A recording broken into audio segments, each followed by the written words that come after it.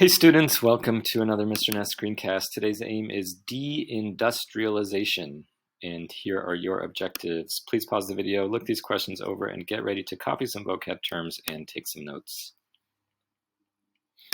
In the last lesson, you learned about post-Fordist production, the new international division of labor, and offshoring. In the United States and other developed countries, these trends in production have led to a process called deindustrialization. Deindustrialization means the loss of factory jobs from a region. It has occurred in the US, but also in other MDCs that were once industrial centers, like England. Deindustrialization began in those countries in the 1970s, and it's continuing today. Let's look at some ways that the loss of factory jobs has affected people in these countries. In theory, deindustrialization is supposed to lead to a transition to tertiary sector jobs. According to Rostow's model, deindustrialization is a normal stage of development, and it's necessary for a country to shift from stage 4 to stage 5. Rostow's model says that deindustrialization is a good thing, because tertiary jobs are a sign of increased development. So in theory, as factory jobs are relocated to LDCs, the people who worked in those factories will get new jobs in the tertiary sector. But the reality is that deindustrialization often leads to high unemployment, either because the former factory workers lack the skills needed to find tertiary jobs, or because not enough tertiary jobs actually exist to create work for all the people who lose their factory jobs. Also, tertiary jobs don't often pay as much as the factory jobs did. US factories were unionized and paid high wages and benefits, whereas many service jobs, like working at a fast food restaurant, pay low wages and provide no benefits.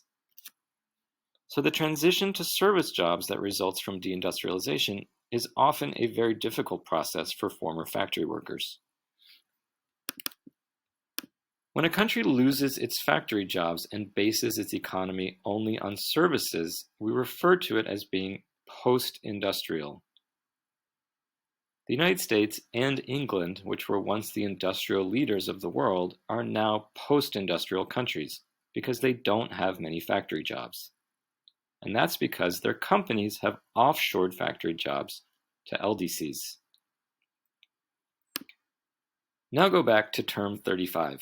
Remember how the Midwest was the center of US industry in the early 1900s? Starting in the 1970s, factories started leaving the Midwest, and the area experienced deindustrialization. Factories closed down and workers were laid off.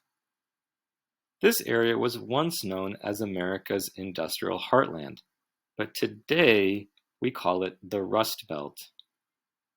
Rust is what happens to metal when the metal gets old and worn out. So the term Rust Belt refers to the abandoned metal factories all across the Midwest, which are now rusting. Here's a picture of some of those factories, which can be found all over the Midwest. Again, the Rust Belt is the same region as the industrial heartland you learned about earlier in this unit. But because the industry is gone, we no longer refer to that region as the industrial heartland, and instead we call it the Rust Belt. People in the Rust Belt face a lot of problems as a result of deindustrialization. As a result of high unemployment in this region, poverty, crime, drug abuse, and suicide are higher than in many other regions of the US.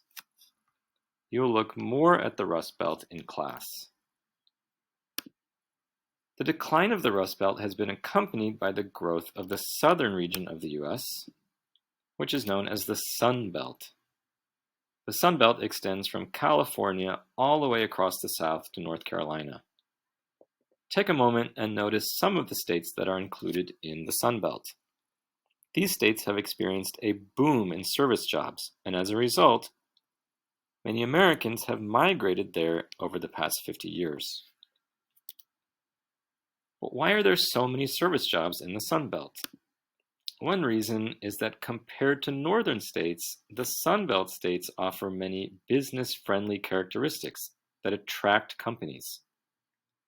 First, taxes are lower in the South, so companies that locate there save money compared to in the North. Secondly, land is cheaper in the South. As America industrialized in the 1800s, the South remained largely rural and undeveloped. And that means that there is an abundance of agricultural land that farmers are willing to sell for cheap. Businesses like this because they want cheap land where they can build their offices or their stores.